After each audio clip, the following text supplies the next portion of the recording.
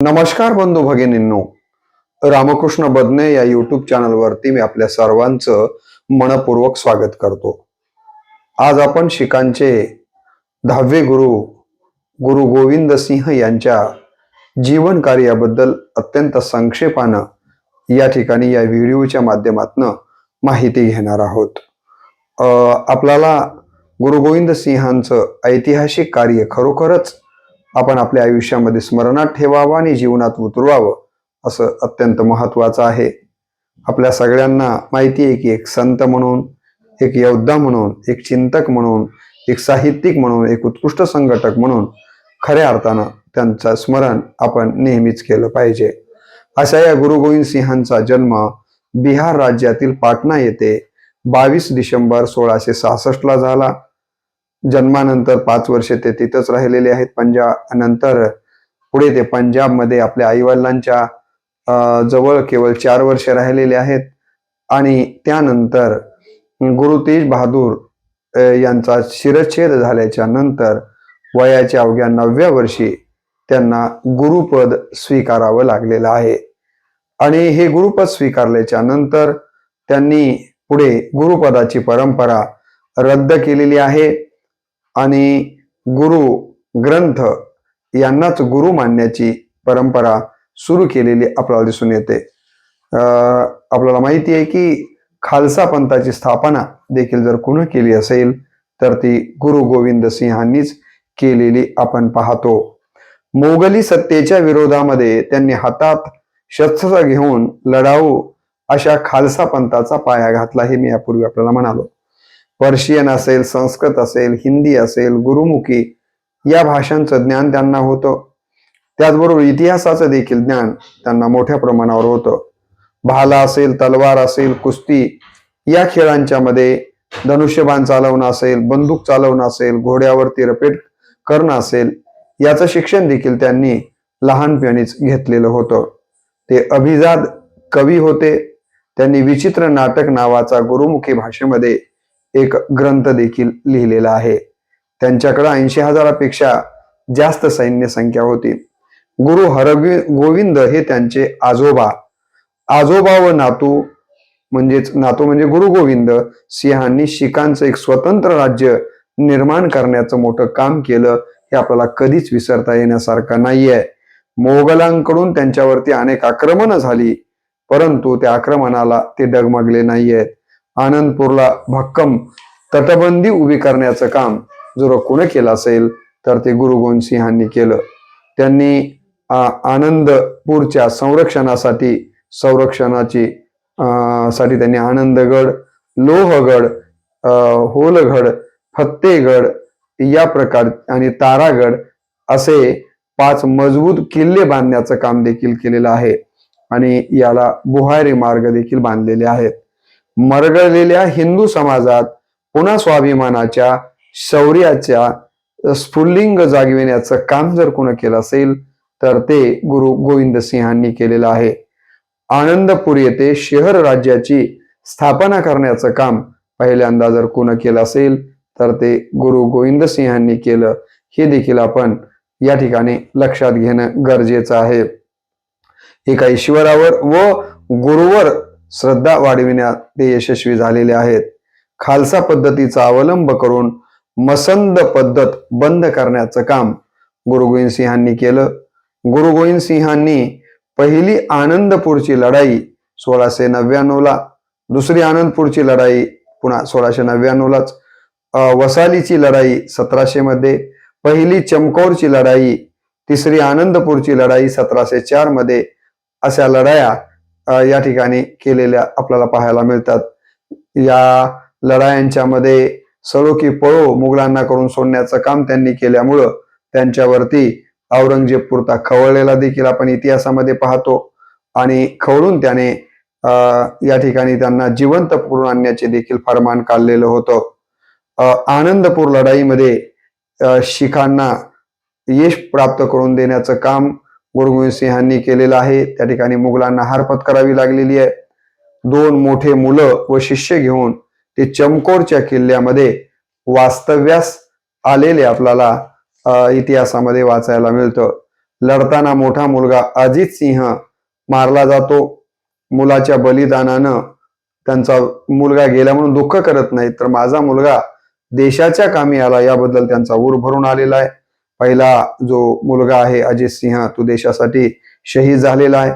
आपला मोठा भाऊ गेल्याचं पाहून धाकटा मुलगा जुजार सिंह देखील मुघलांच्या विरोधामध्ये लढण्याचं धैर्य किंवा निर्धार करतो आणि लढत असतानाच त्याचा डावा हात छाटला जातो. तरी एक हात असताना देखील तो अनेक मुघल सैन्यांशी लढत राहतो आणि शेवटी हा जुजार सिंह देखील या ठिकाणी शहीद होतो. तर या ठिकाणी आपल्या गुरु गोविंद सिंहांना आपले दोन्हीही पुत्र या देशाच्या मुघलांच्या गुलामीतून मुक्त करण्यासाठी शहीद करावे लागलेले आहेत.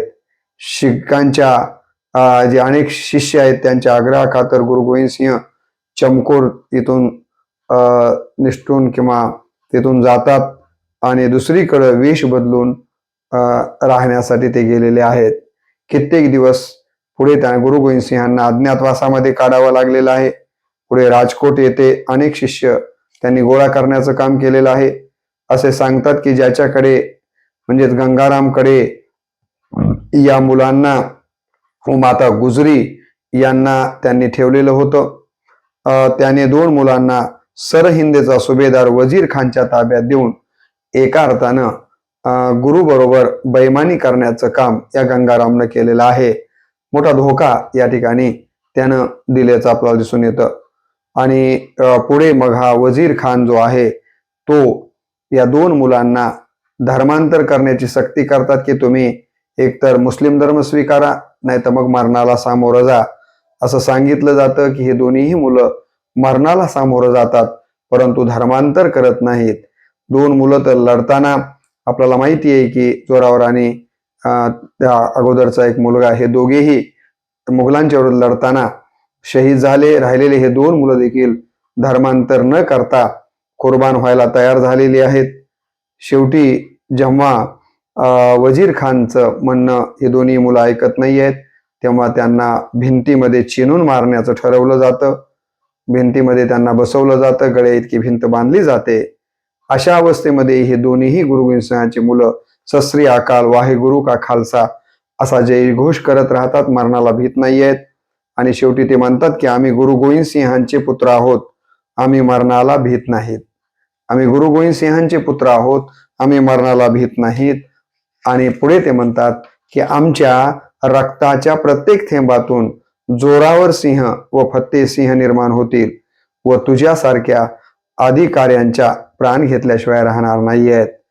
आणि असं म्हणत ते तिथे बलिदान देतात.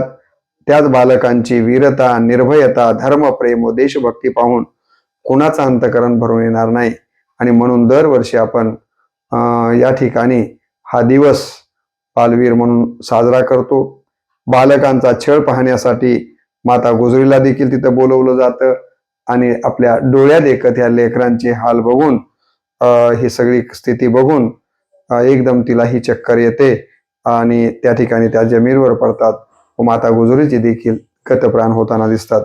गुरु गोविंद सिंह पुढे वनामध्ये काही दिवस भटकत आहेत आणि झालेल्या घटना त्यांच्या कानावर आल्याच्या नंतर त्यांना मुघलांच्या विरोधामध्ये खूप क्रोध येतोय. याचा बदला घेण्याचा सतत ते विचार करत आहेत. गुरु गोविंद सिंहांनी आपल्या आयुष्यामध्ये मुघलांच्या विरोधामध्ये अनेक युद्ध जिंकलेली आहेत.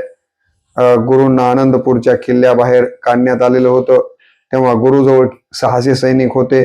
त्यानंतर झालेल्या संघर्षात गुरु गोविंद सिंहाचे बरेच साथीदार प्राणाला मुकतात व केवळ 40 सैनिक त्यांच्यापाशी उरलेले आहेत.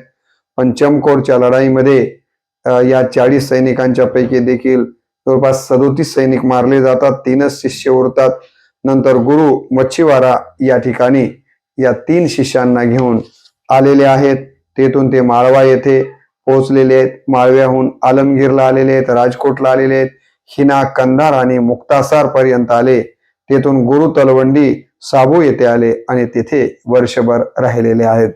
बहादूर शहाला खऱ्या अर्थानं जर मदत त्याचं राज्य स्थापण्यासाठी कोणा केली असेल तर गुरूंनी केली आणि त्याचा मोबदला म्हणून गुरुंना मदत करण्याचं बहादूर शाहवरून दाखवण्याचा प्रयत्न करतोय, तशी स्वप्नही त्यांनी दाखवलेली आहेत, परंतु प्रत्यक्षात जर बघितलं तर असं होताना मात्र आपल्याला दिसत नाहीये. हे या ठिकाणी बहादूर शाह आणि गुरु गोविंद सिंह एकत्र आलेली गोष्ट वजीर खानला पसंत पडत नाहीये. त्याला वाटतं की हे एकत्र आले तर माझं काही खरं नाहीये. वजीर खान गुरूंना धोका देऊन मारण्याच्या विचारामध्ये आहे. त्यासाठी त्यानं गुल खान व अत्ता उल्ला खान यांना गुरुकडे पाठवून आपण गुरुच्या शिकवणीत मग्न झाल्याचं भासवण्याचा प्रयत्न करतो. औरंगजेबाचा पुत्र बहादूर शाह देखील खऱ्या अर्थानं गुरुशी मैत्री करत नाही, वरवरपणे मैत्री होत असल्याचं दाखवतो. परंतु या ठिकाणी तो देखील गुरूंना धोका देण्याचं काम करतात. जोपर्यंत गुरु नांदेडमध्ये आहेत वास्तव्याला, तोपर्यंत बहादूर शाह देखील याच परिसरामध्ये तळ ठोकून राहिलेला आहे.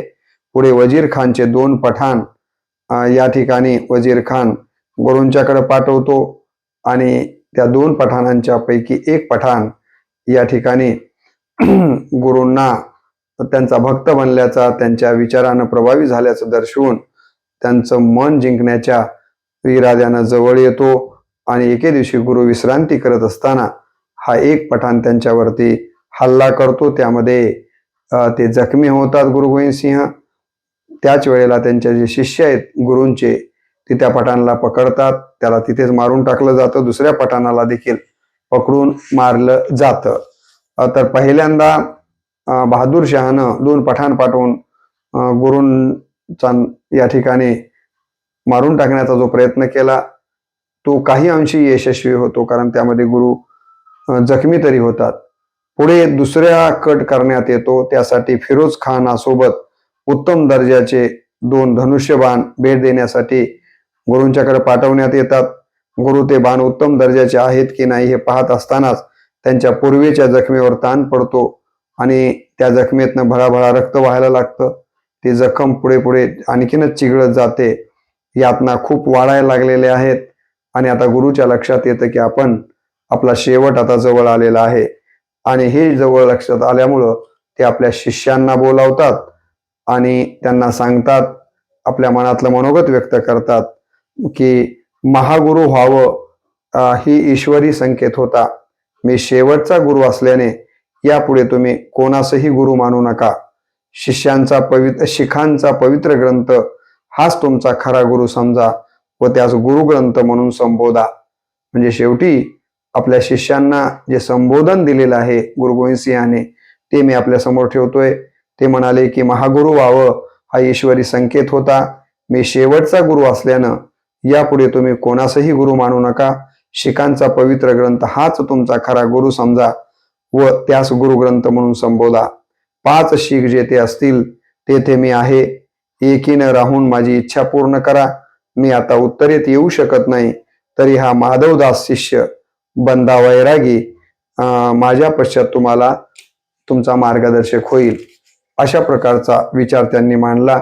पुढे शीख बांधवांनी जी इथेच देह किंवा प्राणत्याग गुरुसिंहांनी नांदेडला केल्यामुळे त्या ठिकाणी शीख बांधवांनी समाधी उभी केली. आज आपल्याला माहिती आहे की जगप्रसिद्ध गुरुद्वारा आपल्याला नांदेडला जो बघायला मिळतो तो या शीखांचे 10वे गुरु गोविंद सिंगांच्या जिथं देह विसर्जित झालेला आहे त्याच ठिकाणी हा गुरुद्वारा आहे. शीख राज्याच्या संविधानाचा सरनामा खऱ्या अर्थानं गोविंद सिंहांनी निर्माण केला. शीख राज्य हे लोकशाहीवादी, समाजवादी आणि प्रजासत्ताक राज्य राहील या प्रकारचा विचार त्यांनी दिला. व्यक्तिगत गुरुपदाची संकल्पना शीख राज्याला मान्य नाही हे दाखवून दिलं. संपत्तीचं समान वाटप असावं अशा प्रकारचा विचार देखील त्यांनी दिलेला आहे. शासनानं नीतिमत्ता आणि लोकशाही मूल्यांची बूज राखावी असा विचार त्यांचा होता. कोणताही निर्णय पवित्र गुरुग्रंथांच्या साक्षीनं व सर्वांच्या विचारविनिमयाने घ्या. त्यास गुरुमत म्हणून संबोधण्यात यावं. गुरुमत म्हणजेच ईश्वर, गुरु व प्रजेनं दिलेला न्याय समजावा. अशा प्रकारचा त्यांनी विचार त्यांच्या आयुष्यामध्ये देण्याचं काम केलेलं आहे. आपल्याला माहिती आहे की त्यांना केवळ 42 वर्षाचं आयुष्य लाभलेलं आपल्याला पाहायला मिळतं. तर असे हे शिखांचे 10वे गुरु गुरु गोविंद सिंह यांच्याबद्दलचा अत्यंत संक्षिप्त परिचय या व्हिडिओच्या माध्यमातून मी आपल्यासमोर ठेवला. एवढंच या निमित्तानं मांडून मी माझ्या वाणीला पूर्णविराम देतो. नमस्कार.